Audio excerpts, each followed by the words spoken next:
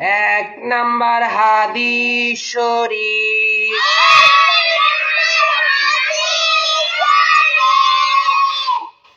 আখলিস দীনাকা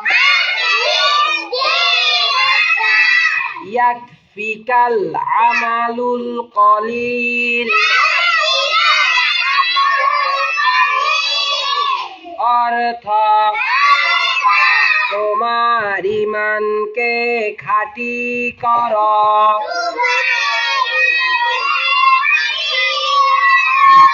অল্প আমলে নাজাতের জন্য যথেষ্ট হবে। দুই নাম্বার হাদিস শরীফ। খায়রুকুম মান তাআল্লামাল কুরআনা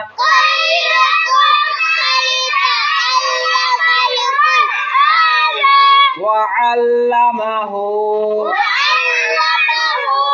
অর্থ তোমাদের মধ্যে সর্বোত্তম ওই ব্যক্তি যে নিজে কোরআন শিক্ষা করে এবং অপরকে শিক্ষা দেয়।